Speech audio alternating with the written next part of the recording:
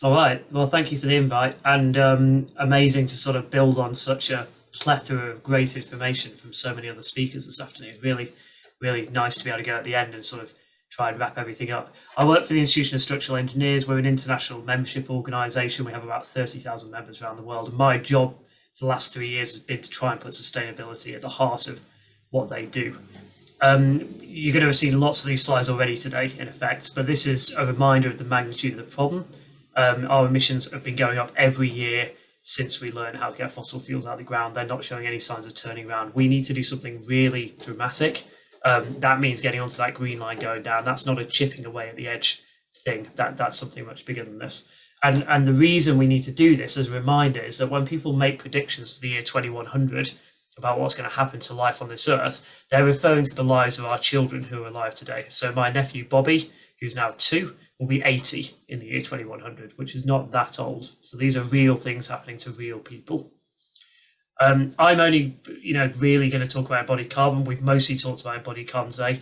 We need to bear in mind this is part of a bigger system-wide issue of problems, and we do need to ask ourselves what we can do about the wider system. But as a structural engineer and as building designers, one of your biggest impacts will be on embodied carbon. So it's a pretty good place to start. I don't really need to go into this slide. I think by now you know what embodied carbon is and what it means. The only thing I would say on this, of course, is that different projects will present different overall low whole life carbon solutions, and we need to treat each project individually. There's no one size fits all, and sometimes the operational carbon will be the bigger piece of the pie. You probably know these numbers already. Nearly 40% of global energy-related carbon emissions are due to buildings and construction. And specifically within that, embodied carbon makes up this really big chunk. So embodied carbon's somewhere between, I actually think, 10 to 20% of global emissions. Construction steel plus cement, that alone gets you up to just over 10%. Bricks is another 2 or 3.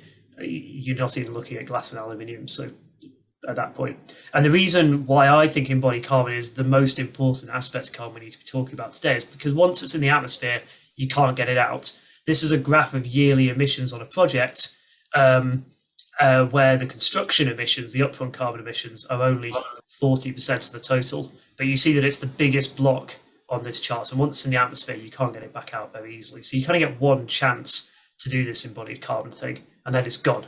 Those mistakes have been made.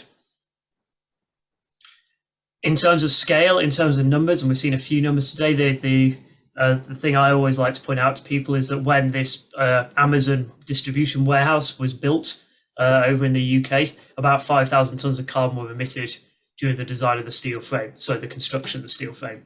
5,000 tons, just the steel frame. That doesn't include the foundations, the ground slab, or anything like that. So if we could have done that 20% better, we could have saved 1,000 tons. When you compare that to a cross-Atlantic flight, which you choose to get on or not get on, that decision is worth 1 ton. And we have decisions in front of us that are worth thousands. And so, the only thing you really should remember out of all 20 of my slides is probably this one. And it's that orders of magnitude difference of impact that we can make. We've seen this equation a few times today. What I want to sort of talk about and touch on is the fact that we need to be reducing both sides of this equation, quantity of materials as well as the carbon factors related to those materials. There's no point just doing one side or the other of this. Yes, they multiply, but you won't get to the end result fast enough. Think back to that graph at the start. At the institution, we've built tools to help our engineers with this. Actually, these are available to anyone who wants them. If you go onto our website, you can get hold of this guide on the left and this free Excel tool on the right. It'll do those carbon calculations for you. It's open source. You can plug it into your own software, into Rhino and things like that if you want to as well. We've had some really good feedback on the use of it.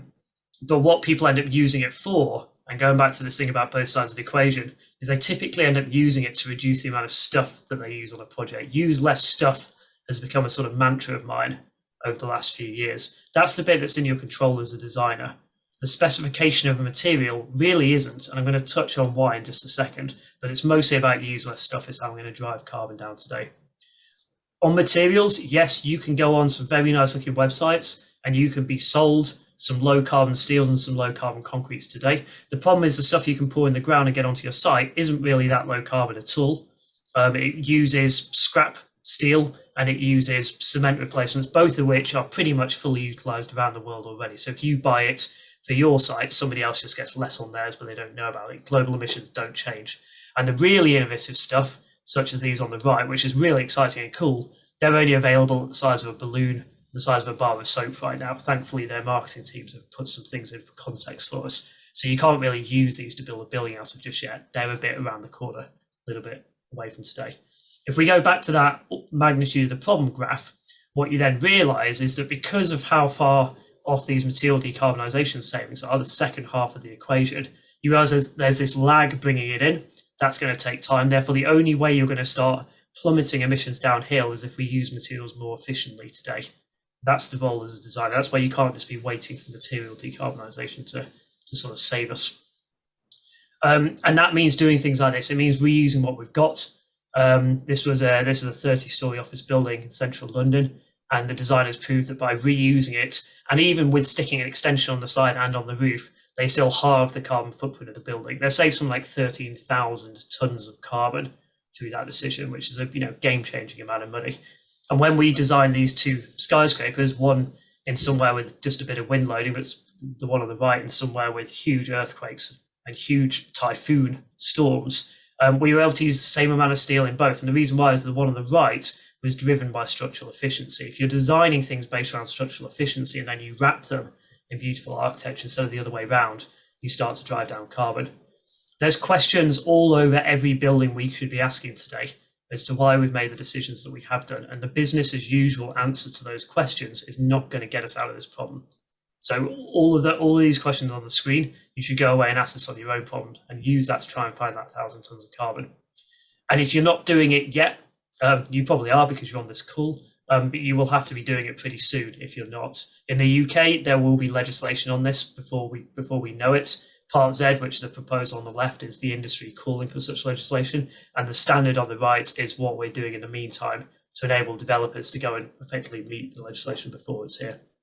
So to sort of wrap up today, a reminder that we need to take responsibility for our work emissions and that huge order of magnitude difference. We need to be looking for 1,000 tons of carbon on every project, and we need to do this by fundamentally using less stuff if we're a designer, and if you've got money, accelerating material R&D at the same time.